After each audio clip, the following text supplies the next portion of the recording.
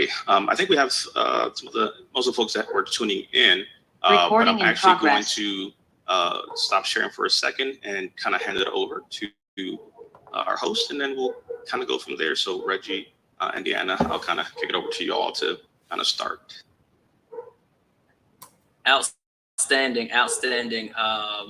One of the things I want to say is I thank Deanna giving us the opportunity to do this, because this is vital to us as veterans, including our male spouses and families across the globe, because this is one of the things that we don't talk about. And I just appreciate you, Deanna, and everybody at the EXP Military Network, just as a whole entire family and brothers and sisters, that we just kind of came together and decided to do this, because it's really, really important. And you just get tired of hearing the stories, the statistics, and it needs to be addressed. And we need to continue pushing a narrative and helping our brothers and sisters across the world. So, of course, I'm a realtor here. My wife and I, we've been doing this real estate thing ever since 2016, and it's just been amazing. But really, I started out myself as, of course, a Navy cat, and got out, and a lot of things I dealt with, and ran into DP.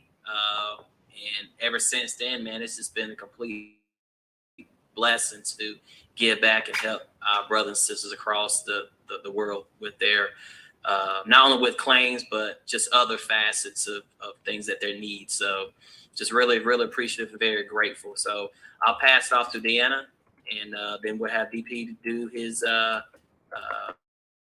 awesomeness today. Hi, guys. I just want to welcome everybody.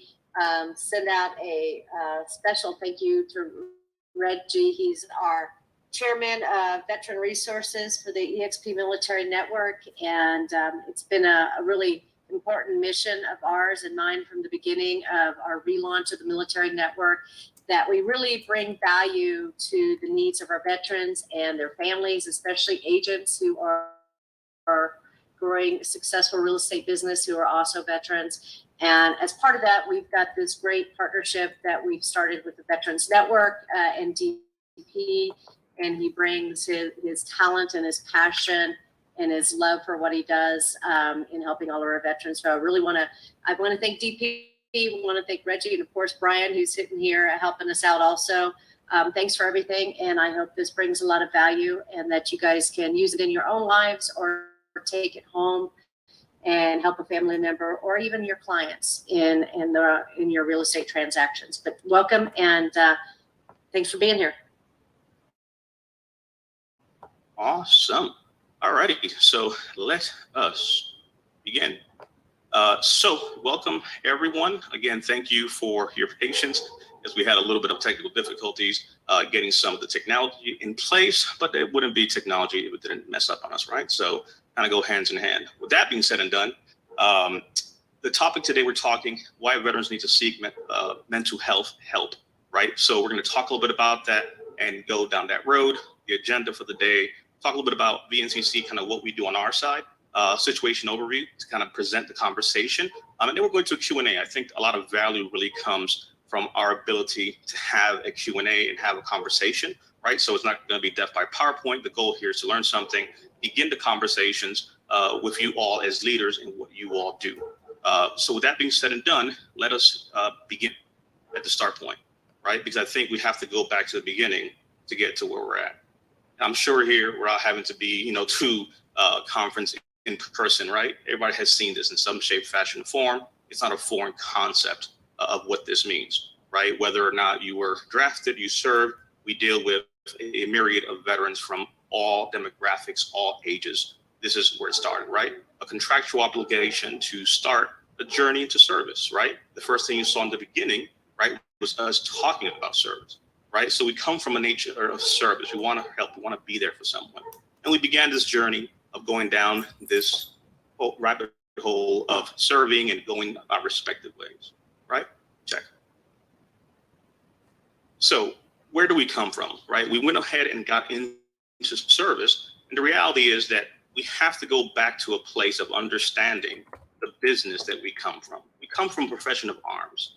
And I'm saying that because sometimes I think that gets lost in conversation because of the fact that we're no longer serving.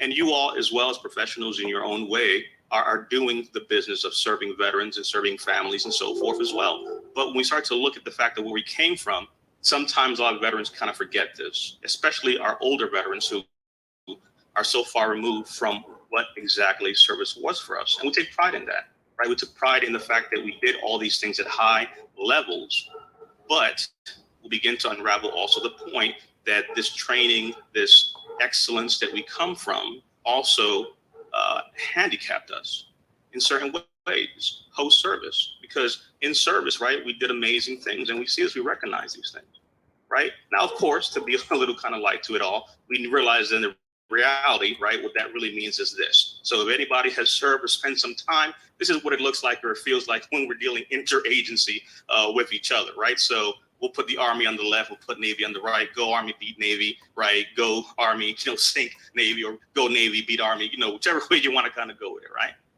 So that really kind of gives us a point there. But the reality is that there was a transition period, right? And for a lot of our veterans, that left to right happened literally overnight.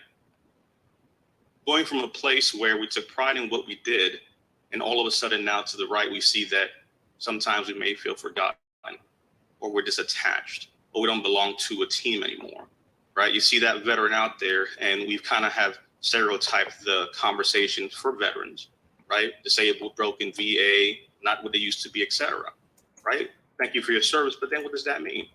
So to begin the concept, understanding, hey, we signed a contract, we came into agreement for something. Something got lost in the process. And it's not like it's not stated, because when you go to the VA, it's pretty much there in black and white.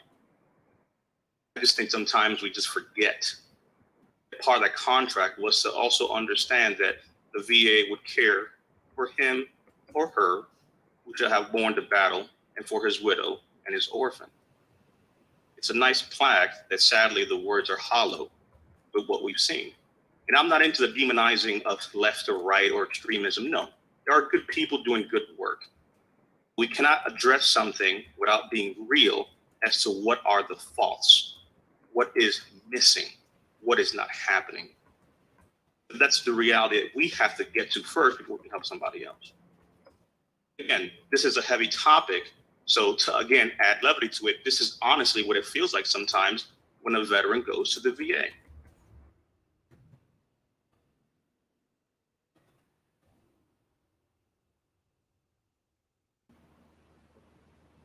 Let me give you the sound. He's here! He's here! Come on, baby, come on, get your sign. Brandon, bring the camera. Come on, let's go. Here. Hold it out. Hold it out right for Daddy, so Daddy can see. There you go. Rocky! Oh, my boy! There's my boy! Rocky, do it! Oh, my gosh, look. Look at this good boy. Hey, you want that? You want that toy? You want that toy? Why isn't he coming? He's coming, he's coming. Oh, my gosh, I love you so much, Rock. Oh, hey, let's go. Come on, boy. Good dog, good dog. There we go. Oh, I missed you so much. That's for Rocky! That's for Rocky! Again, as backward as that seems, that's sometimes exactly what it feels like when we're dealing with the VA, when we're dealing with the fact of having to embrace the concept of service. So who am I? To begin the conversation, my name is DP, Dave Pineda, the founder of VNCC. And you'll see here a bunch of pictures that seem nice, some that my mom had someplace and I had to pull up. But I really want to set the tone to the fact that, like I've said many a times when I had this conversation, I don't recognize the person to the top left. I don't smile that way anymore. I'm a disabled Army combat veteran. I'm a retired federal air marshal. I worked as a federal law enforcement officer undercover traveling the world, both on ground assignments and in travel. And now I have a service dog. And that transition from the top left to the bottom right, it's not a, hey, look at me. It's saying that I'm not a spring chicken, but at the same token, I'm pretty young, but some things have happened, some things have changed. And I would give anything to be able to travel the world again, to be of use again the way I thought it was supposed to be. But the reality is that we're here We're now dealing with this, normalizing the conversation of a disability. The reality is that something happens from that 17-year-old kid who went to boot camp to the person holding a service dog to the bottom right. There's no sparkle in the eye. The smile's not there. There is a change. This is something reminiscent with a Vietnam veteran, a Korean War veteran, a Gulf War veteran, any veteran who has seen or experienced things, regardless of how it happened. Some details of what we do here you'll see on the bottom. And of course, for my Marines in the room, you'll see to the far right that I also did graduate from the Marine Corps University, Command and Staff College. So I have to give a shout out to the Marine Corps because as Army individuals, the Marines are special, near, dear to my heart. To kind of give the understanding of what we do at VNCC, we have a great cast of individuals who are helping us behind the scenes. These are the individuals that are there just for context. We can discuss it later on, but there's many initiatives that these amazing individuals are able to do. But as far as what we do here at VNCC, and the reason that we talk about this is claim support, personal dev, and business dev. And all this means, bottom line up front, it's simply this. Claim support, benefit support is making a point to help a veteran get whole. Because if a veteran is whole for what contractually was supposed to happen, when Uncle Sam said, DP, we want you. And DP gave his youth, his time, his energy. And over time, there has been some things and some issues and deployments and things that as a 17-year-old I wasn't ready for. As a 9/11 responder, I was in New York City and I was there a half hour after the towers fell and was there all the way to March 2002 and then deployed to Iraq and did many things and then went to counterterrorism and did many things. But life has changed. So making a veteran whole, understanding what we need to get them somewhere unlocks many things, even down to a VA home loan and other things. But beyond that, just getting to a place of having a conversation. So these are some of the things that we do, but getting down to the facts is this. I always like to talk about this because it's facts. It's not DP made a thing up or pulled a crazy stat. Here's the reality. If there are veterans here, and if you are a veteran, let me know in the chat here as well, if you did serve, what years you were in and what branch of service, just because, of course, we're going to be interactive here. This comes from the VA's strategic planning. And the stats that they're providing here, I want to basically orientate you to the situation, because when we're talking mental health among the veteran population, we have to understand that we've experienced things, we've been exposed to things, but things have changed. So how do we begin to rectify the conversation? Well, first of all, let's look at the assessments. So as of this time frame, we're looking at 19.5 million veterans who are living, but contrary to common belief, not every veteran is rated because the stigmas, because I'm not dealing with issues, because I don't have a problem. Now, what's alarming to me is the second highlighted point, the projected veterans will be alive by 2028. 16 million. What will happen to 3.5 million veterans? Many of those will be casualties for natural causes, and other statistics. Point 10, veterans are actually receiving care or compensation rather from the VA, right? Because again, because of their mental health status, things that they're dealing with, right? Those things have impacted them. It's 5.14 million. And the reality is that has to sink in. Just because you may have met 10 veterans who are rated, that does not constitute the entirety of veterans. Just because you know 5 veterans who are 100%, that does not constitute the totality. So that's frame set. 19 million veterans, of which only 5.14 million are rated. And I am not saying in any shape, fashion, or form that all veterans are disabled. I am not saying that. But everybody here knows at least 2 people who we know for a fact are abusing themselves and doing things, knowing good and well that they actually should retire, should not do that job anymore, but they have to pay the bills and they do not have the opportunities to do that. People that you all have helped to do something, because part of what VNCC is also about is creating a space for conversation with levity, obviously, and not going too deep at times. So hence, kind of bring up the mood with some jokes. But the reality is this is serious business. We come from the profession of arms. We have men and women who are no longer here. I showed you pictures of myself, but the reality, like I've always said, is that there should be better men and women leading this conversation. Unfortunately, Captain Romlikin is not here because he is dead. Unfortunately, Sergeant Cumberbatch Benedict, not around. Unfortunately, fill in the blank is not here. So in their stead, we have to stand up. I have to speak and say what I have to say. But I promise you that they are better men and women. They should have been here right now having this conversation. But if they can't be here, I sure as hell won't sit back. So 3.5 million veterans will not be around by 2028. This is being planned. Resources, funding. How many veterans are rated 100%?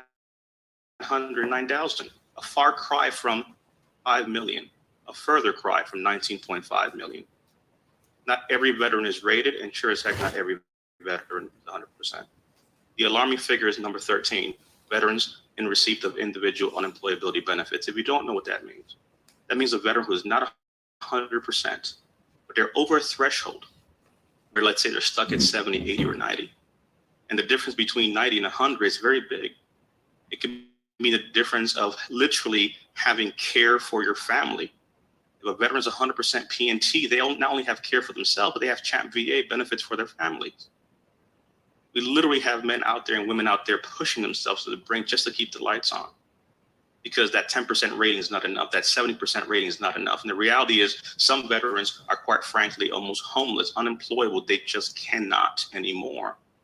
But they don't know about TDIU, total disability due to individual unemployability, AKA Logan is rated 90%. He cannot work anymore. He is unemployable. He can apply for this program and he will be paid 100% and receive all the benefits of 100%. He'll be subject to an income cap, but that really doesn't matter because he's unemployable. He's not able to work. And at least that fiscal responsibility and burden is not there. Veterans that are rated for PTSD, 1.2. So again, these numbers have to be said and mentioned because we assume things erroneously at times. And we have to begin the fact-checking aspect. This is straight from the VA. I'm not damning them or praising them. I'm just calling the stats out because every veteran is rated, right? And every other veteran is 100%. The facts are not actually stating that. To take you a little bit deeper, this is the annual benefit report because, again, it has to be drilled into you as much as boot camp drilled into you the things that we knew. The reality is, if you look in the middle, I will orientate you to the bottom.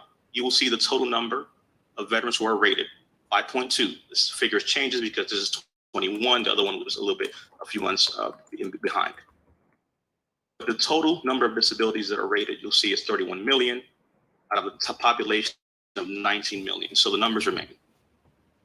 To the far left, you see the number breakdown. 17% of all rated disabilities veterans of the 5 million are rated 10%. And 18 are rated 100%. And then everything in between. So who again told you that everybody's rated? Because everybody believes that somebody could do it because anyone could do it and someone would do it, but nobody did it. That type of situation, right? Because you have to understand, Barbara, that people have it worse than me. But I promise you many more have it better. Because the reality is that because I purchased a house, I did not put David out of a house. The fact that you filed for your benefits and got the care you needed doesn't take away from somebody else's benefits. To the top right, the last point that I'll give you is the facts of where most of the claims center: musculoskeletal, auditory, neurological. We get it. Bad back, knees, and so forth, etc. I get it. Check, that makes sense. But look at the mental health side of the house. The most common degree of disability for mental health is 70%. This is the VA stats, not mine. But 37% of all disabilities are musculoskeletal in nature. I get it. You're a knuckle dragger. I get it. You marched and you did things and jumped out of aircrafts and your knees are bad and your hands hurt and things are not working. But we have to understand that there's a mental health component to all these things. All the other ratings, as you see, are 10 and below, with endocrine being 20%, the common degree of disability. But mental health, focus on mental health, not PTSD, mental health. Anxiety counts, depression counts, in different ways. Is 70%. Veterans are literally out there trying to make ends meet. Unemployment rated 10, 20% because they don't know. Because if I file for mental health, the big bad boogeyman's coming after me. What are we talking about? We're literally losing ourselves. So I share these stats because you cannot have a conversation about where you're at until you know what is happening. No different than we can't realistically talk about real estate until we check out what your buying power is. Come on now. We could look at houses all day, but if I don't know where your credit's at and I don't know what you could purchase, we're literally window shopping. So let's go ahead and pull that credit. Let's see what those lenders look like. Let's see what your buying power is. Let's see what your debt to income ratio is. And let's go ahead and do something. Let's get you a home. Emphasis on the word home, not a house. I love what you guys did. I came down to the conference. And I'll say that one of the similarities we have here is a lot of our veterans have never come home. Have never come home. Vietnam era veterans who came back and were called names and spat on. You just suck it up and drive on. Korean War veterans, shell shock. The conversation of mental health still is a foreign one today. So we have to frame set these things because we're in the business of righting a wrong, of fixing problems. There is no reason, and I'll talk real estate to this, why someone who's in the minority, is the 1%, made a point to serve. Whether or not they were drafted, they did their service and did what they were supposed to do to the best of their abilities. And they do not have access or the ability to own property in the country they serve to protect, sworn to protect. That's just the reality. Why can't you buy a house? Because you were not brought up with physical education. You didn't know how to shoot an M16, but you were trained in boot camp. I don't know how to file a claim. That doesn't mean anything. I don't think I could ever buy a house because no one in my family has ever bought a house. If anyone here has ever worked with minorities, I'll tell you the biggest issue for minorities is we don't think of ownership in a country that's not ours. My grandfather spent 30 plus years driving a taxi cab to save money and buy a home to go back to the Dominican Republic, and he died here. Minorities bring this concept of going back. Sometimes you don't go back, which means the fiscal responsibility of buying, ownership, etc., are foreign to us as first generation kids. My father didn't teach me certain things. We have the ability to create conversations around these things, normalizing the conversation. So this is what the journey looks like for many veterans, right? Pre-service, right? We had goals that were undefined and tasks that at some point were accomplished, and we made a point to do what we had to do. Right? In service, we knew exactly what we were doing. Our goals were redefined. Our tasks were accomplished. We're mission oriented. But post-service, what happens? What is the unknown? It's great that Richard found his calling and went on to do great things. That's not my reality. I'm happy that Sam was able to do something that's not Jim's reality. Sometimes we have to understand that there are a lot of unknowns. And we're looking at mental health. It affects us in ways that we cannot begin to even understand. Because the end state at the end of the day is you want to serve, you want to belong, you want to just be again. People quote this movie, We Were Soldiers, but forget that the whole title of the book is We Were Soldiers Once and Young. Looking around, we're not soldiers, Marines, sailors, and airmen anymore. And we sure as heck ain't young. That doesn't mean the story stops or ends.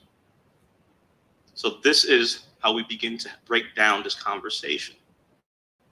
So our ability to begin to break down the points of a disability really goes down to the heart of actually what's happening. So to understand that, I want to take you to a quick claims kind of 101. If you've never seen this, right, I'm going to give you a series of scenarios to break down something, because again, you should learn something because you're going to work with someone or you yourself need to understand this. But Calusa B. Brown, this is what established the necessity requirement for service connection. One of the biggest issues when it comes to getting care as a veteran is not understanding how this dance goes. What I mean by that is healthcare and benefits are two different things. If I were, for example, to tell TC, Maria, or Logan, hey, is Social Security the same thing as Medicaid, Medicare? Of course it's not. Medicare, Medicare is very different than Social Security. Within the VA, we assume that healthcare and benefits are going hand in hand. And the reality is they do not. Just because the VA gave you medicine or gave you some healthcare does not mean they're compensating you.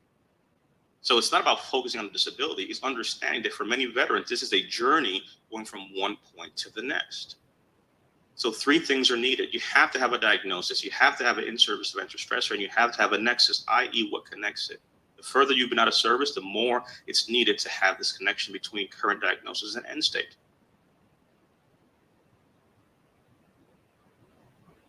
So looking at this concept of mental health, I present to you this. It is a series of words and conversations and words that we've used at different times, but I promise you that there's nothing in here that is a disability. Because let's frame set. PTSD is not a disability, migraines is not a disability, GERD is not a disability, IBS is not a disability, strain discs are not a disability, fill in the blank are not disabilities. Everything that you see on the screen, everything I've mentioned, they are all medical conditions. When those medical conditions now have symptoms that become disabling to you, impairing to you, now we're having a conversation about disabilities. Because when Barbara has a migraine, she may have to shut it down and can't function for the rest of the day. That hockey night out, not happening. That taking so-and-so to do with it, not happening. That birthday party, not happening. It's not a pop-up pill and you're good to go. The IBS is not my stomach, it's just kind of funky today. No, cancel the trip, I can't be on the road, right? That medical condition has become disabling. It is necessary to understand that. And the reason I say this is because we have to break down some stigmas as far as what exactly is it that is required for service connection. So I'm going to bring up one scenario, which I think is key. Usually hit on 3 of them, but there's the second and the third one that I want to show you. And these are true scenarios, but these are literally where we begin the conversation of what actually is missing. This is an Army veteran who served from 2011 to 2018. They have their medical records. You may have heard this story. They're rated 30%, back knee, tinnitus, and they want to go for an increase in other conditions, but they hate mental health. Now, here's the reality. Why exactly is it that we're hating mental health? I gave the spoiler alert earlier as far as how ratings can go for mental health. What's lacking here is the fact that I'm trying to explain to you, Linnell, I'm trying to explain to you, Melody, that as an Army veteran, I am rated 30% for my back and my knee and tinnitus, but this does not capture the totality of what I'm dealing with. I don't know how to explain to you how this is impacting to me. 30 is not an accurate picture of where I am at. How do you explain to someone that literally because of your rated conditions, you're unable to do something? Well, case in point, let's say, for example, that Richard is a surgeon and Melody is not. If they both lose tactical, abilities and are not able to use their hands, well, one just lost their profession and the other one just doesn't write a lot. The reality is that conditions affect folks differently. My inability to be on my feet for a long period of time means nothing unless you're a patrolman, unless you're someone that has to be on your feet. Vertigo to me and Logan mean nothing, but when you look at the fact that maybe Sam and Christina work on roofs, that's a problem, climbing ladders. But they're only rated the same. So what we're not seeing here is the mental health impact. So the conversation of getting care for health actually extends beyond just identifying it, because this right here is the biggest problem plaguing the veteran community. One of the things that has to be looked at is the following. I'll use Logan as an example. I've said his name. I'll say Sam. If Logan and Sam have IBS, migraines, and back pain, they will say something like, Lisa, I have IBS, back pain, right? And migraines. I have this. I have a headache. I have. But when we're talking mental health, I would offer to you all that we don't use that same line of reason. Because I don't tell Barbara I have a migraine or that I have anxiety. I tell her I am anxious. I don't say that I'm having an episode or having some symptoms that are flaring up. No, I am depressed. I am moody. I am. And when a veteran's been out of service for such a long time that they keep saying that, it is no different than a Marine believing that they are the proud of few Marines, because it's ingrained in you. You earned that eagle of an anchor. You take pride. Every veteran knows their service songs. You take pride in your service because it was ingrained into you to appreciate that service, that pride, right? So if you ingrain into yourself that I am depression and I am sadness and I am lonely and I am detached and I am and I am and I am and I am, well, I'm here to tell you that the reality is many people face depression, but the deadly combination that leads to statistics is when depression is coupled with detachment, because it goes a little something like, would Logan even care if I'm still around? Would Barbara even notice if I don't show back up? That's not a depression conversation. That's a detachment conversation. Understanding that the untreated aspect of mental health can go your entire life. I promise you that you can live an entire life of depression, but you cannot spend days with an impacted tooth or a broken leg or a migraine. But men and women came back from Korean War. They came back from Vietnam. They came back from the Gulf. They came back from Iraq, from Afghanistan, from fill in the blank. They came back from their barracks one late night when they were attacked. And they've never been the same ever since. But we just say, oh, that's just, DP and Logan, they're just, grumpy. They're just moody. They're just. Would you say the same thing if me and Logan were missing a leg? We walked with a limp because we had a prosthetic? No, you'd say, well, the reason they can't run is because they have this condition, obviously. So I'm saying that because we have to come to a place as leaders, right? Breaking down the stigma is not doing push-ups for awareness. It's actually having a conversation that this veteran rated 30% is not knowing how to express what is happening. I don't care how smart you are. I didn't just show you a master's degree in the beginning to show off. It's to say that regardless of the multiple degrees that I have, this is a foreign language. Mental health is not regular conversation. We do not have the words. To put it a little more plainly, to make sure that you're seeing what I'm saying, how do I come to a place of realistically explaining what is happening? I gave an example in Vegas. Sam remembers this, and Reggie. This is a story that someone may relate to. This is my desk, Barbara. I don't have a lot of things that I have. Mobility is limited. And let's go ahead and age me and say that I'm a Vietnam veteran or older. And this is my little workbench. And Logan is my son. And family comes to see me, pick me up and take me. I'm estranged, I'm divorced, got it. And here comes Logan just trying to get pops to his appointment. But I've lost mobility. I don't get out as much. I deal with the issues that I deal with. And Logan, out of the goodness of his heart, comes with his wife to clean up my desk. Let me ask you a question, you little shit. Who the fuck gave you the right to touch my things? Oh, Gramps is having a moment. He'll be fine. No, what is happening, right? Zooming out for a second is, as veterans, when it comes to mental health, we do not have vocabulary. And when a kid doesn't have vocabulary, what do? They act out. Babies cry because they don't have words. As kids grow, what do we say? Use your words. What is wrong with you? I am hungry. Yes, you will be fed. This hurts. We'll address it. But as a veteran, I cannot explain why the hell I just told my son Logan everything under the sun. Well, here's what actually happened. Logan has come and touched my things. And he moved things on my desk.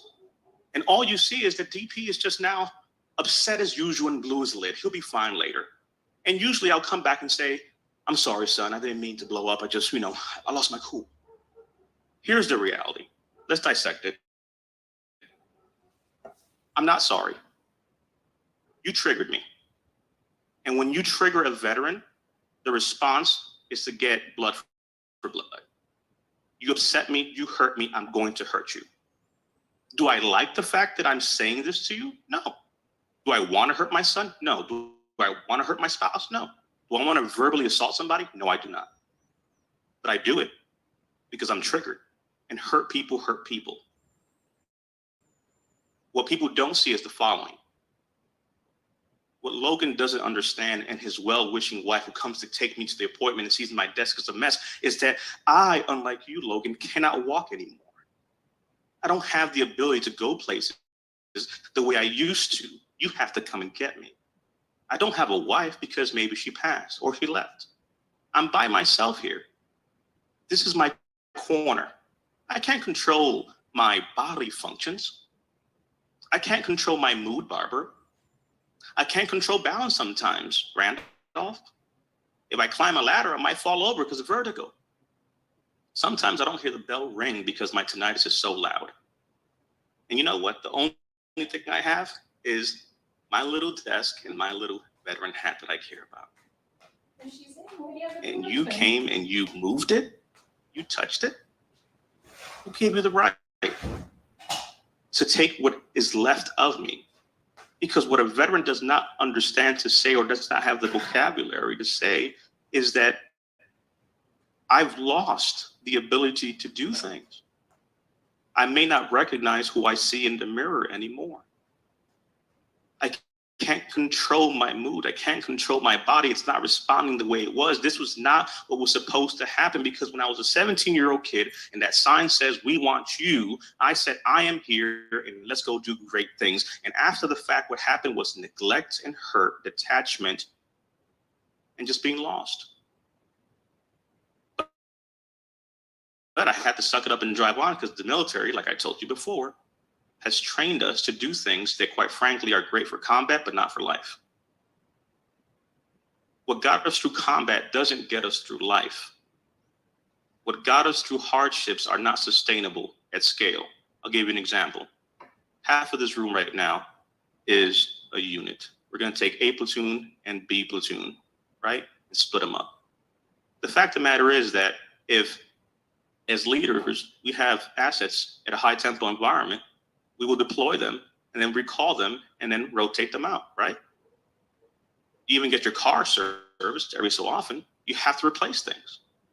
So why does the mentality that got us through Vietnam and wars, et cetera, is the mentality we keep with us for 20, 30, 50 years? It's not sustainable. It's not real. Suck it up and drive on only works when you're taking incoming fire, not in real life. Take a Motrin, change your socks, and drink water is not the suitable response to take care of issues. So when we're dealing with a mental health conversation and veterans, it really is a mental health conversation, because it's not about the rating. It's not about 30%. It's that I've lost the ability to do things. The fact that I was supposed to, at this age, do something that I can't do anymore. This is not what I signed up for. I was supposed to retire or be doing this by this age, not sitting here doing this at this fucking table. So here comes Logan and moves my things with the best of intentions. You, young man who never served, who has all the freedoms in the world, who has a car, who can drive, not plagued by migraines or night terrors, not plagued by the issues that veterans deal with. Because of my service, you were able to benefit and go to school. Your benefits were paid for because of my service. And you moved my things.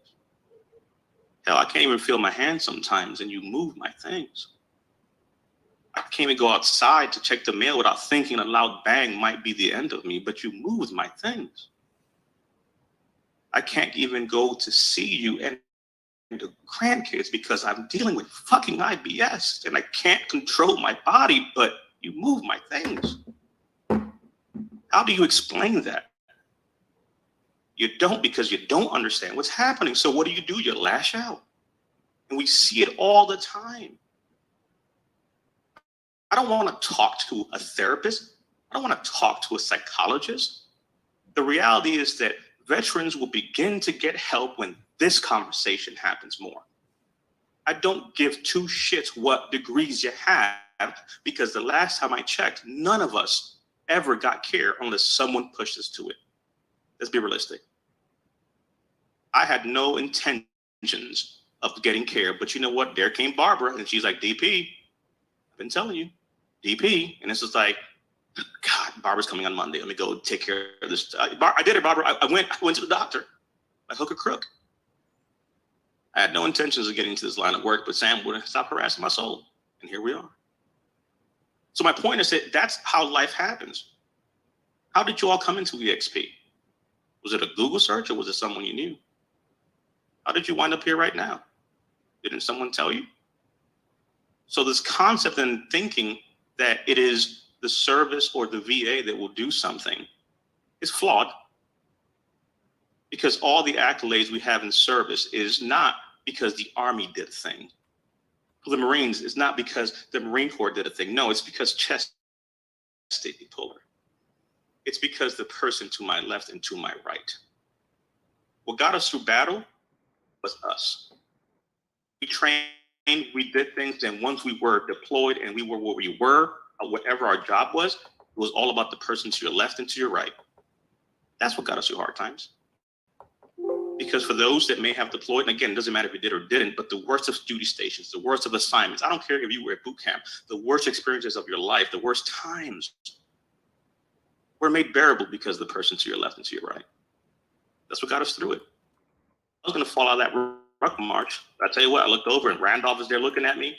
Bill jumps in, starts singing cadence, and Logan's like, don't you quit. I'm like, fuck, I'm pushing through. I'm saying that because it's literally us. We have to go to a place of understanding that yes, there are benefits. Yes, the VA is doing things. Yes, there are many things out there, but I spent how many years ignoring all of that? And all of you, how long, if you ever been to get care or been to the VA, how did it take you to get to those places? Because nobody buys a house because of an advert. It's usually because, hey, you know what? Reach out to Bill. He took care of me a few times. Reach out to Reggie. He sold me a house, followed up with me, took care of my dad as well. Word of mouth, right? It's good for business. It's good for life.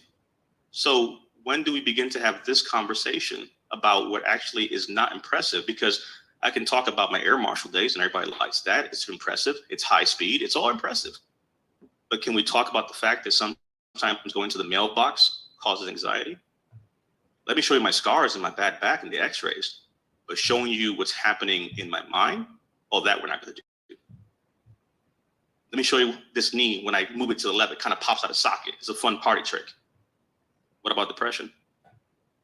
What about the times that at 4:30 in the morning you drive at an accelerated speed and you think to yourself, would anybody care?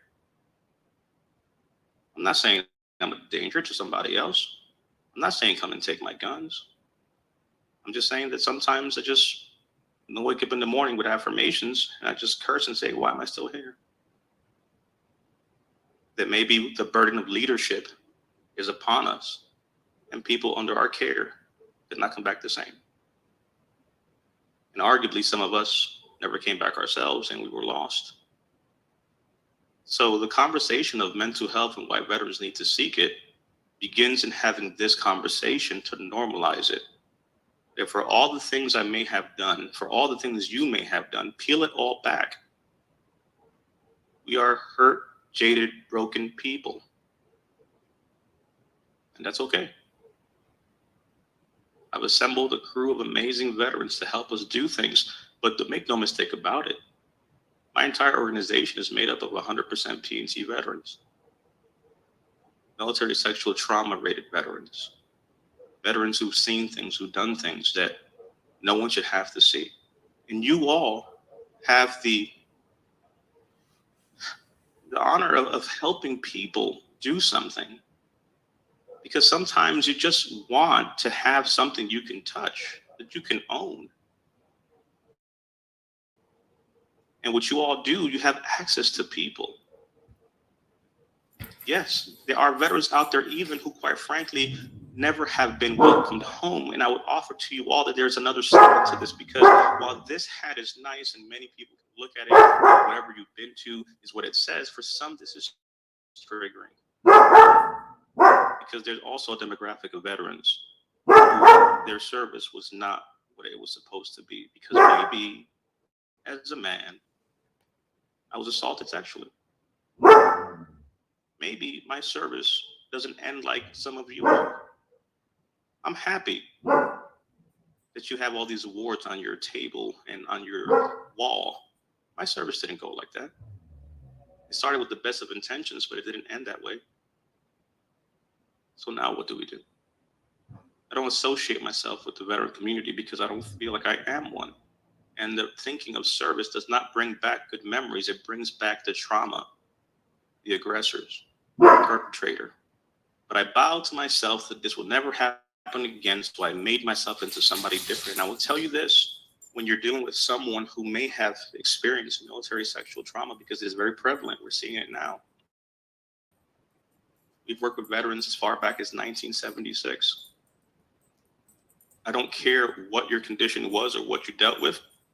I will tell you this, if you've experienced anything traumatic, the quick litmus test is this. Can anybody here name to me what day 8, May 5th, 2021? But I promise you that there's a date in your head, because maybe it was July 2nd of 85 on a dark night when this happened. Or a regular convoy operation was going off September 2nd, 2005. And you let 30 men and women out the wire and you came back with 5. 1976, May 2nd, it means something to somebody. It means something they put away that they don't want to talk about. A violation of trust. So my point is that traumatic events will stay with you for a long time. There are so many veterans right now that don't understand that getting care leads to getting benefits. But beyond that, working to uncover something, because when someone goes down this path, it gets harder before it gets easier. Because the worst thing about having language is then having the words. Now I can tell you what triggers me, what hurts me, what bothers me. And the journey really begins then. But what people don't look at is it's beyond just a veteran. It's not Social Security. It's not a hand-me-out. It's a vindication that I am not fucking crazy. That my failures at business weren't because I couldn't do it. It was because of the fact that I have the inability to maintain effective relationships. If anybody here has filed a claim, you heard something along the lines of, make sure you show up kind of disheveled because they look at the hygiene. No, that's amateur hour shit. Neglect of personal hygiene means that there was a time when Bill and I took pride in how we dressed. Baby, you couldn't tell us nothing. We had an outfit for every day and 2 on Sunday. But after time and pain, both physical, emotional, psychological, I don't want to be here. I don't want to be here. Not in the Zoom, in this life. So I don't care what I look like. I tried the marriage thing. It didn't work. Hell, Bill, I tried to get a job. That didn't work either. Tried to do my own little business. That didn't work either. I'm just tired. I don't feel like it matters. So I don't care about changing outfits, looking a certain way. So it's not about, oh, don't take a shower so the VA sees you from one day. There are people literally who just have just lost themselves. And again, I'm saying this because to a good degree, it may be triggering, but the only way that we can begin to heal and have conversations to get someplace is to be real. You cannot heal unless you get real. That's just the facts. And understanding the cadre that we have here all of you as leaders, not only may this apply to yourself, but this also goes to the individuals you speak about, because it's more than a transaction. And again, we could talk sales and all that stuff, but the reality is that deep down inside, I just maybe have forgotten what it feels like to win. I left service in '67, and it's just been going through the motions. And you don't understand, Logan, that you handing me keys to help me buy this house. It's not just a house. It's doing that thing that I thought I never could do. I have something. This is mine. I've never had anything. Homelessness, drug addiction, legal problems, all kinds of ups and downs, and finally got care and was able to get to this place that my certificate of eligibility gives me a ticket to do something, to own something, to take pride in something, to put a flag out front. But for some veterans, they're nowhere near to that. So it's not just get a rating so you get, your fees waived and all. No. This conversation really comes down to the fact that we are literally interacting with people. And if we don't become aware to tell not only our stories, but ask these questions and be aware of what's happening, the importance of mental health, what usually happens is, wasn't that dude DP the guy who get in class or whatever? Did you ever happen to him? They found him off the cliff. Oh man, that's crazy. Just talk to him. Oh, I never saw it coming. It always is the same story, right? So one of the biggest things that we have here at Veterans Network is disabled, but not unable. And what that means is simply, I don't want to be thanked for my service anymore. Don't shake my hand and tell me, thanks for your service. Let me be of service again. Let me feel alive again. Let me be part of the conversation again. Don't dismiss me as just something to move on to the next one. Why can't you give me your business? Why can't I be a realtor? Why can't I try? Why can I not be in an organization that understands that I have limitations, and despite the limitations, I have support in place to work around it? Because the fact is that maybe Reggie forgets things and maybe Brian forgets things, but it's great that we have virtual assistants for them. I know you're gonna forget. So let's be real, right? How do you sequence a cadre, a company of 100% disabled veterans? You get really honest about the fact that people are gonna have shortcomings.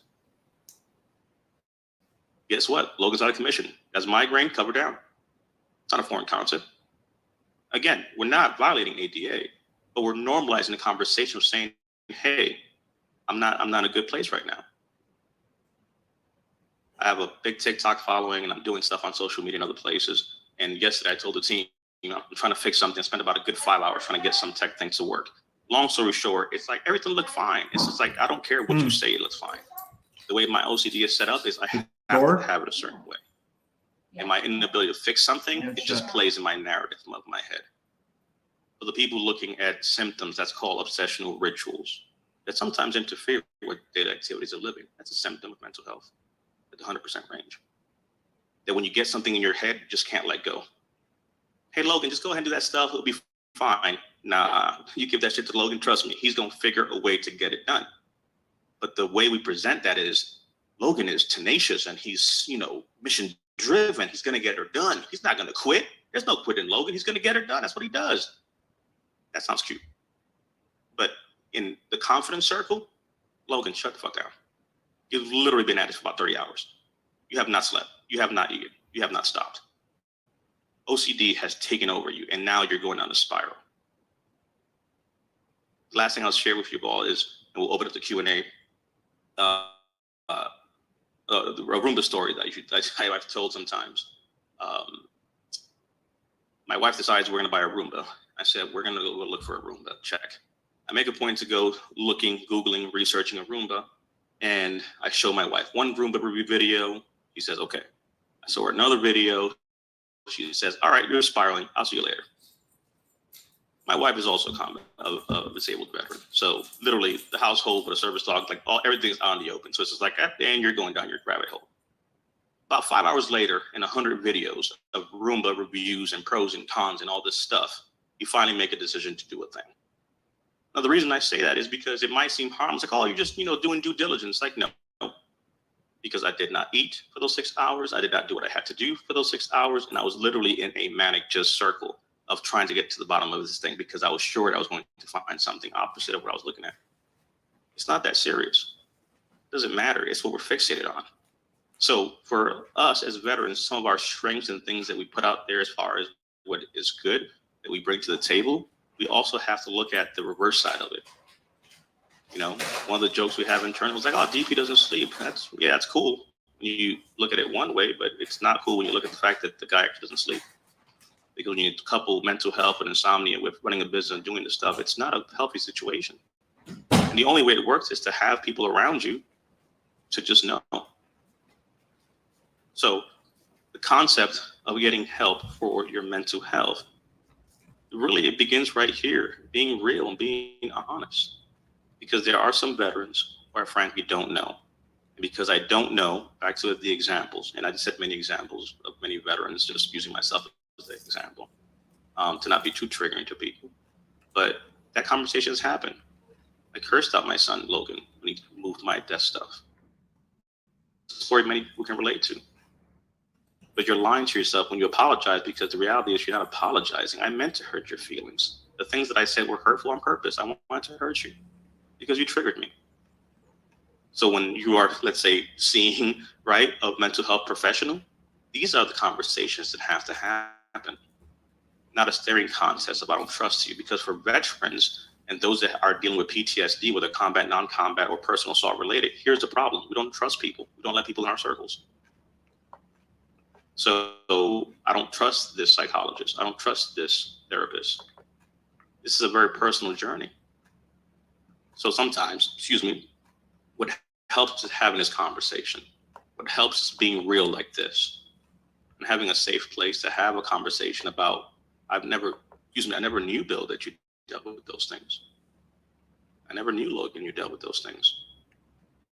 Because we always feel like we're the only ones, and we have these conversations for the first time. What ends up happening is we begin to realize that we're not alone. And the first one I told in the beginning is that depression alone is common, but the detachment is the deadly part. Because I am the only one dealing with this. I am the only one that knows this. I am the only one who feels like this. I am the only one plagued by this. And if I'm not here, no one will notice and no one will care. It's a narrative that we spin in our minds. And for those with complex traumatic events, we also at times develop bipolarism. I've been doing this, working with veterans since 2018. We've helped north of 8,000 veterans, a high successful rate, and countless others online through various viral videos and things that we've done. And I'll tell you that a common theme I've seen a lot, anecdotally speaking, is a misdiagnosis at times of bipolarism within veterans. And my personal thesis, which is not a DSM-5, is that it is a survival mechanism. Think about it. I was a 17-year-old kid, first duty station, and I was assaulted sexually. I weighed 140 pounds and I was assaulted. And I vowed that that would never happen again. And I made a point to become the biggest, most lethal person you would ever seen. But all that you guys saw was that nephew DP went to boot camp and came back after a year or two, swole, big and strong. Don't kid yourself. The 140-pound, broken, abused young man lives inside that 240-pound muscle-bound thing you see in front of you. And the only way I was able to survive that was bipolarism, AKA I had to develop a whole different personality. I had to become something to never go back to that place again. Or I was that woman that this happened to, and I vowed that would never happen to me again, so I turned to somebody else. And the telltale sign is when you see failed relationships and marriages and all these interpersonal things that end the same exact way. Logan, I don't even know who you are anymore. Bill, I just don't know. Everything you're saying is a lie. What is going on here? Everything is a lie. Well, here's the reality. Yes, everything that you know from me is a lie because you never met me. I never came back from Vietnam. I never came back from that assault. I never came back from Iraq. What came back was survival. You married survival. You married a facade. You never met David. I was emotionally unavailable. How do you tell that to your wife of 20 years? You've had grown men and women married 20, 30 years, never told their spouse they were victims of assault, violent claim. How do you have the conversation? How do you get help for that? How do you get in care? I don't care what your statistics say. So it starts here with us having these conversations, because hopefully it begins the process of saying, I need to work on this. I need to go for this. It's a contractual obligation that was failed. Uncle Sam said, we want you.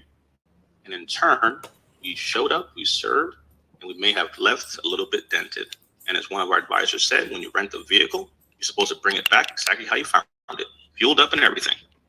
We lent our bodies, our minds, and our times to service, and they brought it back on an empty tank with a lot of dings and broken knobs. They're liable. The end. I don't care if the injuries happen on the highway, back streets, or in the garage. You rented this and you bring it back the same, or you pay the damages. Veterans, the exact same thing has happened.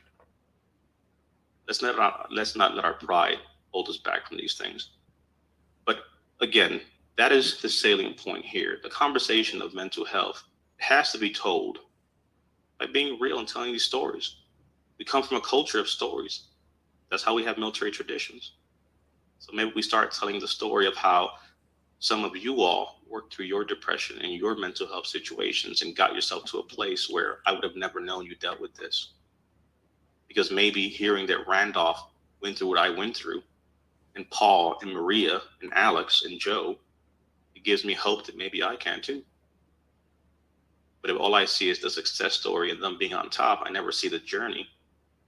It's not for me, right? So I leave you with that. You know, the heaviest thing to pick up, as Amy always says, is a phone.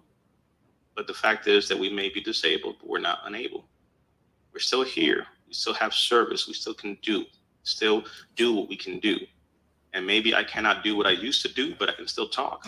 And I'm going to talk, right? So this conversation, because of the category that we have, it's a little bit different because it's a conversation of, hey, maybe it's applies to you, but I promise you, you will deal with someone who is experiencing these things, right? Give them grace. This is not a conversation of one day we do everything. This is, hey, let's get down to basics, understanding what the stats are, the reality. Now what do? We simply do the following. Logan, when you're ready, I'm here. That's it. When you're ready, Christina, I'm here. I don't have to push you. Just know that I'm here. I get it. I understand. When someone's in a dark place that you worked yourself out of, crawl back in that dark place and just sit down. Because I know how to get out of here. Not because I'm better than you, but I got out of here. When you're ready to leave, we'll talk. Meantime, let's go ahead and just shoot the shit. Let me give you grace because I wasn't ready to be pushed for help. And in my zeal to help somebody else, I can trigger you. So today, I'm just here, and I'll tell you my story. And maybe you'll nod, or you won't say anything, or something might be familiar to you. I promise you, it'll come back around, and when you're ready, we'll have a conversation. That's how you do it. Being there, that's the key of all this.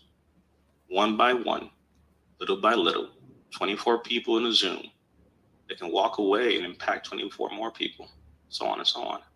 So we'll open up for some Q&A. Again, a little unorthodox, but I think just being real is actually what really comes in handy. Thanks everyone who commented. Thank you all for your service. For those that did have served, thank you, Paul, Marine Corps, 68 to 92, hurrah. Navy for Reggie, 2005, 2009, Sam Silver, Navy veteran, 2004, 2012.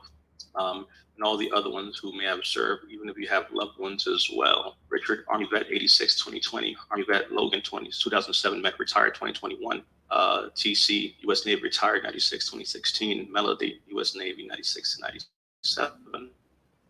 Thank you all for your service, but we sure as shit are still in service. So we're here. So hopefully this was of some value to begin to at least frame set the conversation, because it's a very dense topic that we can go in so many ways. But we'll open up the floor. If there are any claims related questions or anything in that regard that you all want to ask, feel free to do that. It's kind of open forum, but I think Q&A usually tends to be the best way to look at things. So I really appreciate the hospitality for allowing me to spend some time with you all today. And true to time, because we started delayed, that puts us at 60. So we still have time on the clock, and I'll stick around and answer questions for a myriad of things, even if it involves my service dog. Reggie, and I'll kick it back to y'all and just kind of open it up. So feel free to mute yourself, ask questions. If again, one thing I will say is, if anyone has a question that's private in nature, if you send me a direct message in the chat, I will answer the question anonymously. So that's one of the biggest things, right? The biggest way to do that is to kind of be open that way. So even though we're still recording, usually I'll shut the recording down for this period just to kind of keep it kind of more private and intimate, and not have to have things on the record. So I think that the first part covers, the information, and obviously then going into the Q&A for personal things, I'm good with kind of going offline there as well. But again, if anyone has a question, just send it to Red directly. I'll read it anonymous, and we'll go from there.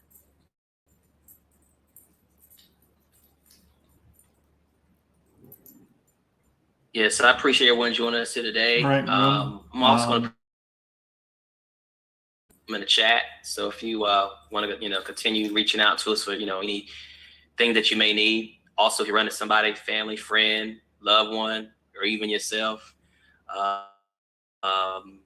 you can actually touch base with us. We're not too hard to reach out to, and I'll put it in the chat. So, but yes, the floor is open for any questions that anyone may have. Did Eric get back in by any chance? Where's my brother Eric? He did not. He is Oh, driving his mother No. from the hospital. He got on, got off. So No. I was going to ask he about will be his. watching the replay. No, that's fine. I was able to have. I met him and his service dog, and obviously a few of you all, and in Vegas. So Legend is over there taking his time off and relaxing. So that's just wanted to kind of say hey there. Thanks for the question. Legend and Goomba definitely did enjoy each other. Yeah, so my service dog and Eric's service dog Goomba, they kind of met in Vegas. It was the funniest thing, right? So having a service dog, I don't do the whole fraternizing with too many dogs because it's just a thing. But of course, we're there, we're together. The dogs do the whole eyeballing of each other. Legend just kind of looks and he's like, wait a second. There's something a little bit different about this dog here. Why do I count uno, dos, tres legs? It was like he was perplexed because he's like, huh? And Goomba was like, don't get it twisted. I got 3 good ones to get you. Don't get funny. But then they got along, and it was a great meeting that we had there. So thank you, Maria. We catch up here on some of the. As far as the session, I'm good. Like I said, if someone has to drop off, I want to be cognizant of time. But I'm looking at some of the questions that did come in. Hey, DP, here's the picture of you guys from EXPCon. There it is. There you go. There it is. Yeah, yes, sir. Yep, that's us there on the side, just having a conversation and just, kind of bonding and then sharing. So, hey, Paul, good seeing your face, my brother. Appreciate you. Albuquerque, New Mexico. I was in Artesia for a little bit with the academy, with the Air Marshal Service in the summer. So fun times in Artesia. Very, very hot. So DP, I've got a question for you because I understand that you're an organization that helps veterans get their disability, increase it, and service dogs and all the rest of it. Is that correct? Yeah. So if I know of a vet that needs your assistance, that I can direct them to you, what sort of costs do they incur eventually? A great question. So it really depends. And I don't mean that in the, like, well, it depends what you need. No, there is a overwhelming amount of information that we have that is free, right? So the goal here is to meet a veteran where they're at. What that means is we have a plethora of resources on our website for a veteran. And the reality is maybe sometimes someone just needs some information. That's it. So not everybody becomes a client. We are beta testing and putting out a course, right? That's self-paced, right? So that's something that we're in the final throes of kind of putting together. So we realize some folks may want to have that. So really, we've kind of restructured. I've restructured the way we're kind of set up and looking at the fact that really the business that we've shifted into after working with other organizations, which, you know, many folks are aware of how that works, hence the question, what's the cost, et cetera, is looking at now really more so building a community. I think that's really what's actually taking on a bigger presence for us. So by virtue of that, what we're doing is, and like Sam alluded to, right, having rooms in Clubhouse and social media presences. One of the biggest things you'll see, like I said, look at my social media, we give a lot of content, right? Like yesterday, I literally spent 2 hours on TikTok just answering questions, right? And same right now, like literally, I'm not going to charge you for this. I'm going to give you the information you need. And the reality is that some folks just need a little bit, right? And they can go forth and do great things. Some folks may want to go down the rabbit hole of maybe doing themselves with a course. So that's the reason we're developing that. We're hosting some classes. We're rebranding some workshops that we're going to be also offering, right? So if we look at it, the reality is it needs to be a la carte, right? Someone maybe just needs a workshop to kind of just get an understanding of what they need to do. And if that workshop runs you like $99 or like a 2-3 hour session, then we do a deep dive, you're good to go, you get the resources, and off you go, and you're good to go, right? So the fact, because there needs to be range, right? If someone just needs a little bit of things. So that's where we're at with that as far as creating that. So we're really assessing what the need is, because then I also do speak and do things in other stuff, right? So I'm into crypto and technology and blockchain. So there's other ventures that we're doing. And the goal is that as we're doing those other ventures, that really supplements the business to be able to not have to focus on, oh, a veteran has to contract with us. No, we do have, so basically free services. We're going to roll out workshops. We have a series of ebooks that are free. We have an ebook that's coming out from our course, which will be for a fee, nominal fee. The course itself is sub, $600 for a course to kind of go through the entirety of the claim process. Again, we're beta testing that. And then our advisory service, which is more of our one-to-one, that we're piloting right now, right? So the reality is that looking at the landscape of veterans, it's really, again, what we talked about today was this much of claims and really more about this, right? It's an advisory conversation of understanding what exactly a veteran is dealing with, right? So the business we're in is very different, because the reality is you don't need to pay anybody to file a claim. If you can send an email, you can file a claim. It's quite frankly easy. But to understand what we're talking about, that's a whole different conversation. So you don't need to pay someone to go to the gym, but the expertise of skill is another thing. So when the question comes up of, oh, well, why would I pay an organization for something? Yes, you can Google, but the tens of thousands of hours curated to be able to be successful and deliver and talk about things this direct, obviously comes with mastery. So I always akin it to like a plumber, right? You could do it yourself, but if you have a leak, all the professional, right? Or if you've been denied over and over, again, a veteran's going to pay 2 ways. And that's one of the things that we're being very vocal about, which is there are good VSOs and there are VSOs that should be better. There are good lawyers and there's lawyers that should be better. There's private organizations that just should be better, right? But the reality is a veteran's going to pay with either time or money. That's just the facts. I don't make the rules. It's just the facts. A veteran shouldn't have to wait 30 years to get what they deserve. So when the lawyer, let's say, says, well, Paul, we helped a veteran win back $150,000. Not impressive. That's $150,000 they should have been getting for the past 10 years. Why didn't they get it then? So a lot of these organizations, to answer your question, a lot of organizations that come from like the lawyer side or VSO side, lawyer side or credit agent side, they're only really working with a veteran on the appeal side of the house, right? So you have to kind of go at it. And if you don't win, then I can work with you contractually and charge you, which puts kind of the incentives, the fact that you should get denied, because then I'll have business with you, right? So seldomly will you find a very dedicated environment to get information on your first go.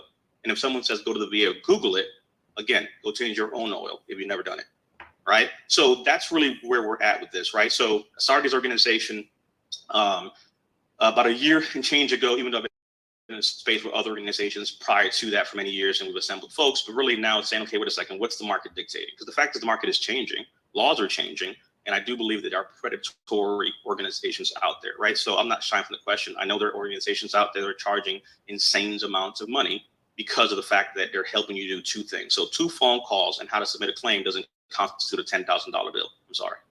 It's just facts, right? So we're looking at solutions to do that. So we have a lot of transitioning veterans. Again, someone who's in service who just wants to get an assurance of what they should do. We're offering things even for the transitioning veterans. Again, a workshop for them. So it makes sense to be able to do workshops and a series of classes for them to address those needs. And by doing that inherently, right, that brings a slew of other business our way in many other ways. So it's for for-profit on this side of the house. It's not a nonprofit situation, even though technically, when I get technical, nobody works for free. That's just the facts. But to answer your question specifically, it really depends on what a veteran needs, right? Everybody that we reach out to, they can have a conversation with one of our advisors and kind of just get some information, right? Just like now. And the fact of the matter is that there's going to be about a good 80% of folks that may not need, right, what, more than X amount of information, right? And most of the time, we just send people off and say, hey, you're good to go. Now, if somebody turns around like, well, look, I don't care what you say, Paul, I want to work with you. I trust you. I believe in you. I bought into you. I want to work with you. Okay, that is a sacred relationship because we have trust. Now, how do we do the conversation, right? So we're revisiting even what the advisory side of the house looks like as far as that one-on-one, because it's always going to be that, right? Someone's like, look, I don't want to do courses. I don't want to do any of that stuff. I want to work with you directly. So we're examining So what you that have an looks a la like carte. there. So you Correct. have an a la carte menu.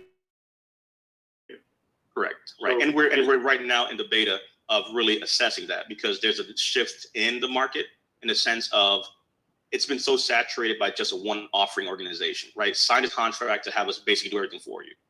Okay, well, that only gives you one option. Whereas again, now it's ebooks or workshops or a specialized one-on-one. So we're really kind of assessing all that and resetting. So there's a lot of that, but a la carte would be the best answer for that. So we're updating even that. So right now we're bringing people in, beta testing some of the stuff. So we're literally giving courses away. We're testing people through the process because I think it's an investment in solving a problem. So I believe that we could do business differently. And by doing so, right, by taking care of people, business itself creates the brand. Once you have brand recognition and support, guess what? The rest of it comes into place. So I'm thinking macro versus micro. So again, that's why I have to kind of elaborate, because when someone tells you, well, it really depends on what you need, it's just me saying, let me close you so I can get you the big ticket item. No, the fact is, look, do this, do that, you're good to go.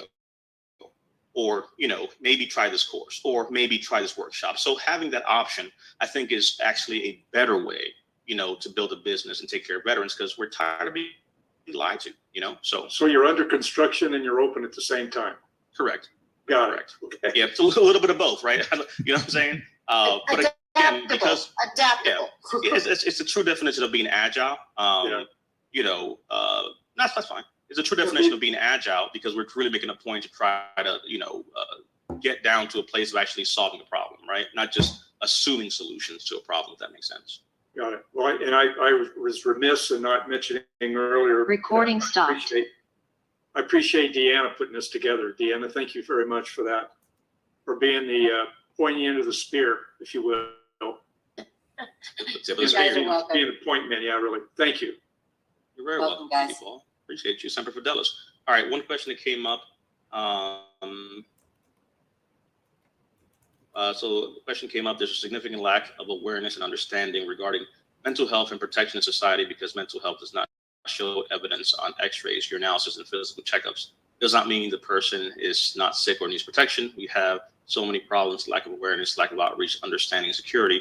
I've lost many friends from depression. I've also had challenging times. Thank you for being here today. You are welcome for that question for that statement that came through. Let's see, I have to say thank you. You just showed a light on a very dark thing I've spent years defending, hiding, and disguising. I felt everything you just said to me spoke directly to my soul.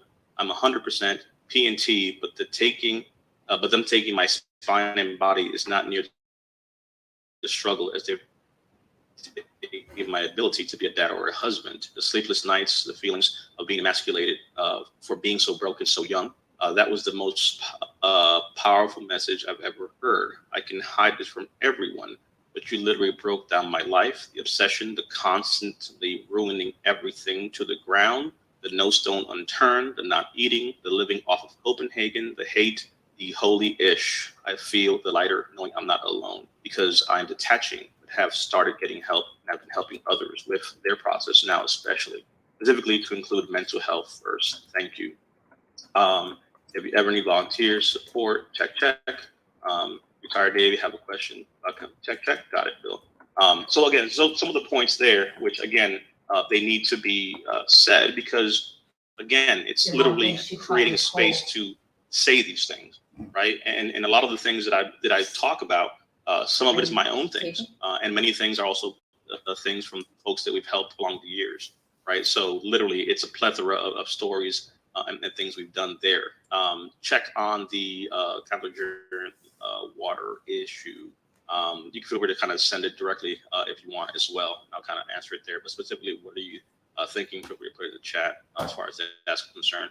Because when we're starting to look at that, there's some presumptives in place. There's some instances where we're trying to address certain issues. So those that don't know, right? Direct service connection means, hey, this is something that happened in service. Secondaries means that this was caused secondary to something else, aka my knee is rated, then my back got worse, so now my knee caused my back is secondary to my knee, which is primary. I'm jumping out of here, perhaps. Then you have the presumptive side of the house for things that we know, Agent Orange, et cetera. But then there are also instances for like water contamination, blue water, vets, et cetera. So, getting some of those things in place, and then the PAC Act now, which also adds a whole new slew of additional things. So there's a misconception that the PAC Act is going to add a number of things, right, to someone automatically. And really, it's an expansion packet, right? So it's not a new presumptive thing. It's an expansion of many things, both ranging in healthcare and ranging in benefits as well. So just kind of doing that there. So I'll wait for a question there. And again, even for that one there, I'll give you also a link directly there too. I appreciate you. Thank you for tuning in as well. A lot of private messages, not more questions, just more statements. So check on that. Let me go ahead and just make sure. Number. Very welcome. All right, so let me see here. Just wanted to answer. Okay. I'll put. Can I ask a question real quick? Sure, you may. You coming to EXP Con 2023 with us? I kind of snuck in there like a ninja. You got to come again, brother. Got to come again. Yeah, I snuck in there for the last one, but I really honestly enjoyed meeting all of you and what you all are doing with the MailNet. Again, it speaks to the true long-term ROI versus the short-term. Hey, let's just make it look nice because it's going to close more leads and do a thing. So I get it, right? And the fact is that doing business is a little bit different. It's hard to differentiate yourself because, again, right, what's different in my organization than the other ones? The difference is I'm right here. That's basically what it comes down to, right? Because the other ones, you'll be pressed. And the reason, like, I'll lead these conversations and I jump out there, yeah, I might be the CEO and founder of my organization, but it matters. So I'll lead from the front because that's what I would have wanted to see, not just a support email and someone get back to you in 15 business days. I get it, right? But I'm tired of doing that. So the fact of the matter is, we'll show up, we'll say these things, right? So, we're doing business a little bit different and is yet to be undefined, but it's exciting to do something different because, again, I've seen what others offer. And given what we're doing, there's no competition. Because again, where are they? And I'm not, bashing anyone. I'm just saying, where are they? Because I believed in Reggie. I went to Vegas and I spent time with you all. Nobody invited me. I paid my way, went to Vegas, spent time with you all, and we had a breakout on the hallway and we talked and we spent time and we are here because it matters. Because again, if it helps one person to be able to say, okay, this makes sense and this is actually what I needed to hear. Well, guess what? Maybe Deanna, yes, salute for being the tip of the spear. But if out of the 20 plus and those that see the replay, if one person can reach out and say, you know what, I needed this. Mission accomplished. And again, it starts this way, but then maybe tomorrow there's 50 people show up and 2 people get help. And we keep scaling and growing. So it's doing something a little bit different of, you know what, I'm not a good businessman, but I know for a fact that we need to help and solve a problem. So that's why my answer to things are a little bit different than most would think. But once we understand the psychology of an individual, and the one thing I didn't say that actually, Dana, was just kind of funny. Someone asked, we had a client who spent 4 months coming to our sessions that I lead, right, on different things. It's okay. And at the 4-month mark, he comes out and says, Brian, you get a kick. I want to say the name. The daggone person comes out and talks about, well, you know what? I really have to double down and say DP is 100% correct. I'm a practicing psychologist for the past 20 plus years. I'm like, you've been a psychologist this whole time and I'm here talking about this stuff? What? And he was a client. But my point at hand is, again, just because you practice law doesn't mean you understand the intricacies of this specific area. So not discrediting things, but connecting textbook to life is different. So my ability to talk about these things at a different vantage point comes from my background in counterterrorism. You know what I'm saying? I spent the whole career traveling undercover, people watching, people searching, psychology. So when you think of being an air marshal, right, like, oh, it's cool, what kind of abilities you have? No, my job was literally profiling people, understanding people, going places. So when you're having conversations, you know what I'm saying, there's no magic to it. It's literally like, hey, Logan, bum, bum, bum. And I'm just like, you start looking around, Bill, so-and-so, so-and-so. And trust me, it's just one of those things where you just pick up, you know what I'm saying, the fact of like, you see yourself, you know what I'm saying? That's what I'm looking for. I'm looking for myself. I'm like, okay, there I am. And that's a skill born out of spending time with people, observing people. And when we can do that and deploy that with veterans at large, game over. And we saw that in Vegas on a side hallway. We literally just had like a whole huddle.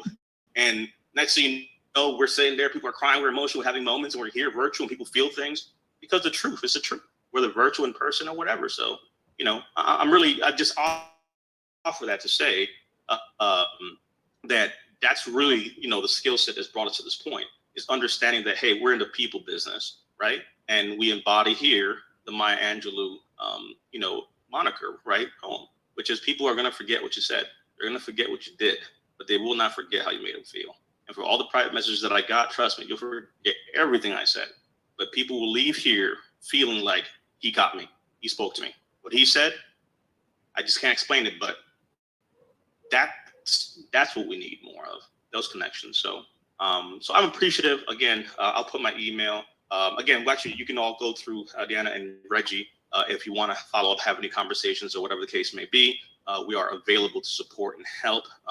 Again, my goal is to be able to, you know, provide and create content, even that we can give you all to be more successful in what you do for yourselves and the clients that you serve. Because again, you're out there doing a multitude of things, right? You're meeting veterans, talking to them as you're solving the problem of real estate. You're also having the ability to talk. And that's powerful with someone who doesn't want to talk to somebody sometimes. So thank you all so much for this time and spending, you know, some time here with us. Again, I'm really excited for the future, but I think it's a good start. So, you know, it's cool stuff. So there's that part. You see here. I just shared a note in the chat that we are working, the Milnet, Mike Nelson and I, my co-chair, we had this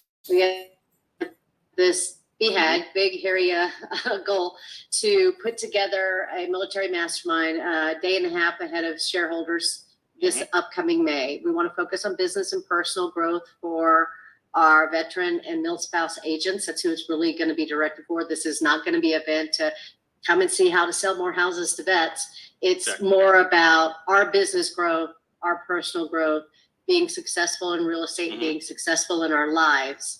That is crazy. You think that that's literally something on our website that we care about? Yeah, business development and personal development. What a crazy concept. Exactly. So that's, you know, that's something that's really what's important to us with the Milnet is it's, and that's, you know, yeah, we do have a lot of military supporters that have joined our military network. It's a large portion of our membership. And we are very clear when we, you know, deal with our content that this is really about providing value to our men and women who have served and to their families and spouses who are working in real estate. It's not about more lead gen tools. Okay.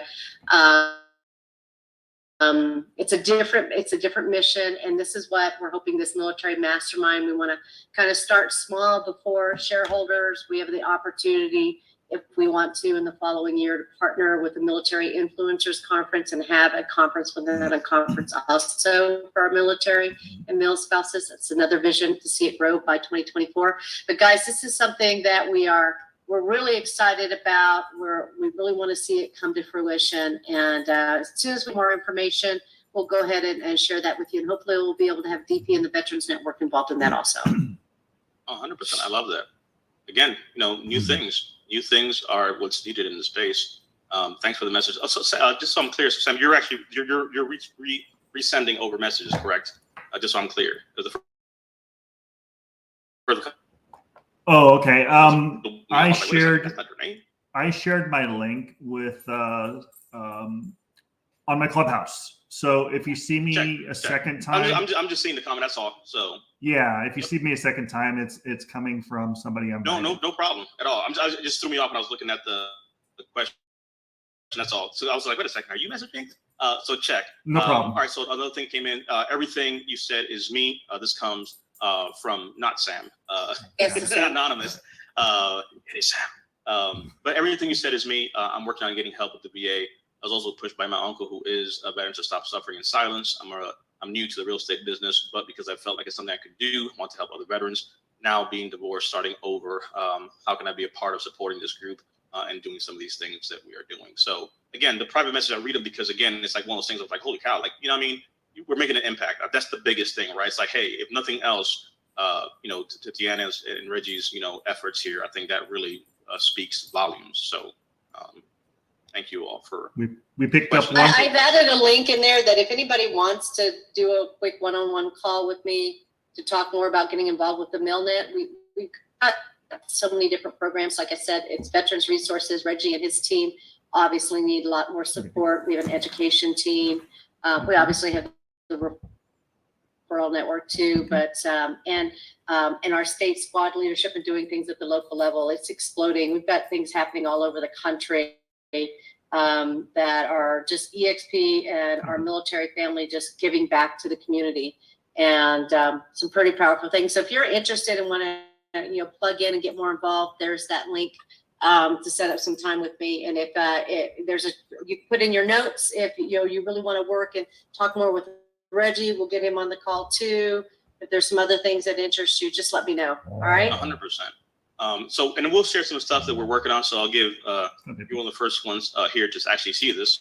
Reggie literally just saw it a few hours ago, but we're going to start up an initiative here internally as well. So we actually have one of our advisors who I actually mentioned, actually he is here as well. Say hello or not. We're going to start something which actually came out of our ability to try to be there for folks. And again, for those that have served, you know that, hey, if all else fails, the chaplain is always a place you can go and kind of at least have some kind of refuge and feel like you're not being judged and so forth. So we're going to be deploying the chaplain's corner. And we actually do have one of our advisors who comes from that background and has done that in many ways. So, being able to have space and encouragement, right, for those that need it in that space like that is something also that literally we're looking at. So that's one of the mock-ups that we have. So kind of just giving you all a heads up of something because we have our very own Vernon Cooper Sr.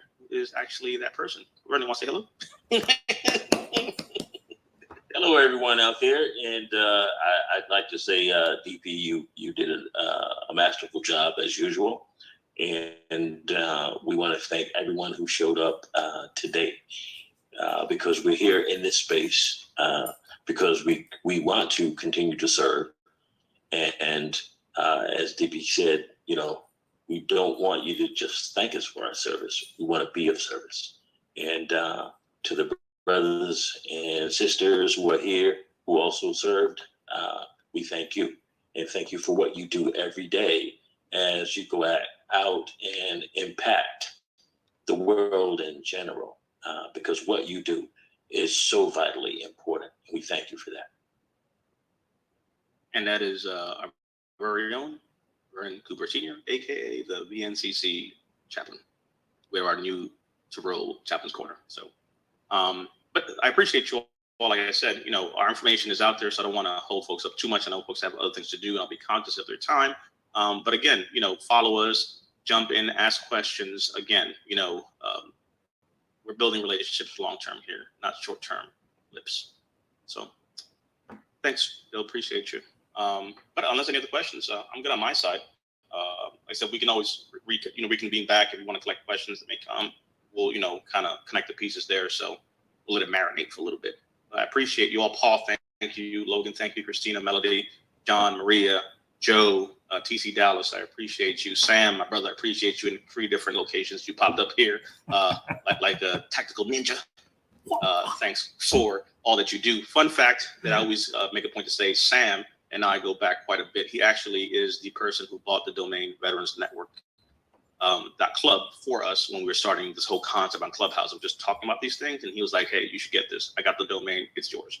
And he gifted it to us. And the website I just showed you all lives on a domain that was gifted to us from one of your own. So I always like to give Sam his flowers, and especially here among you all, Sam is an integral part of literally before we thought this was a thing. And that's a story for another conversation. But thank you, Sam. Thank you for all that you're doing, and it's amazing where we've gone to, where we came from, and I had no idea that we were going to be able to connect in person so many years ago. Mm-hmm. Yes, indeed. Yes, indeed. And it'll be better next year, so I'm ready. God Bags works are in packed. mysterious ways, my friend. I'm piggybacking with Reggie. Suitcase. Mm-hmm. But outside of that, Dan, I will give it back to you to kind of close out, and Reggie. But thank you all for your time. Thank you, guys. I appreciate you joining us. Please reach out if you, like I said, want a meeting with me or with Reggie, or just get some more information about how to get hooked up with the Veterans Network and DP's group over there. Please let us know. We're here for you. And welcome to the family and welcome to our community. Appreciate y'all. Thank you. All right. Let's see. We'll stay back with the VNCC crew here. I'll just follow suit from there. But sweet. Let's see, Brian. Oh, there you are. Oh, your co-host already. So I'll be right back, Brian. Or if not, actually, we can actually just reset on our personal on another room. Yeah. We'll just shut this down and go back in your room. Yep. Yeah. So I'll jump into that one. Take Legend out real quick, then I'll be back. Everybody. All right, y'all.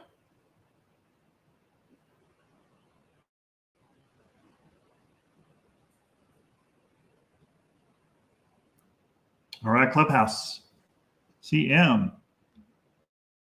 Invite you on stage. Bitcoin. Invite you on stage. See if you guys want to talk. Let me go to my StreamYard and let's turn on my camera. There we go. So I got StreamYard going, and CM, always nice seeing you in the room. Hope all is well. Bitcoin, nice meeting you. I think I've seen you in some other rooms, but CM, can you talk? There's some stuff actually I want to talk to you about, CM. Let me do this. Let me send you a message. Start a chat.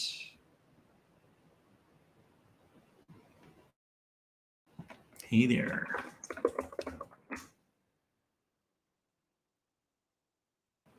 Here, I'm gonna leave you. Hold on a second. Let me do this. I'm going to change this. Oh, sorry. I am following you. Let me close some of these windows here. I don't want to close the room, but I just want to close some of these windows here. Let me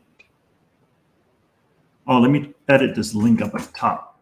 I want you to come and join me this evening. It's 7 o'clock Eastern Standard Time. Go to Sam Silver Solutions.com. See if that saves up at the top. There you go. CM, click on that. Come and join me. It's going to be 7 o'clock Eastern Standard Time, so it's going to be 4 o'clock my time. You need to see this. This is ground level, groundbreaking stuff. It's absolutely amazing, and you're going to be flabbergasted, especially since all the things that you do, it lines up great with the credit repair, the business credit, notary public service. It lines up really good with what you're already doing. So I know you can't talk right now, but come and join me tonight. And I'm going to put this also. Let me put this also in the chat. So if somebody else wants to come as well. Solutions. I'll put it in the chat. Oh, copy. I'm so excited. The chat. There we go. Put it there. Here. I need to edit the one on the top too. Maybe that will come out a little clear, so it's easier to go to. Pamela, thank you so much for coming in the room. Pamela's back, but I will text her. I don't know. I can't follow her. I'll text her.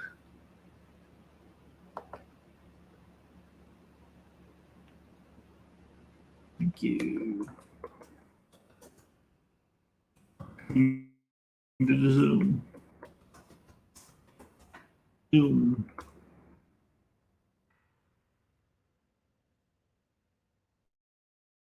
Now, let's do this. Let's click here and exit my StreamYard. All right. So I'll finish the StreamYard with thank you so much for coming. This was all about veteran benefits. If you're a veteran or know their benefits, please reach out to me. Do your buddy checks.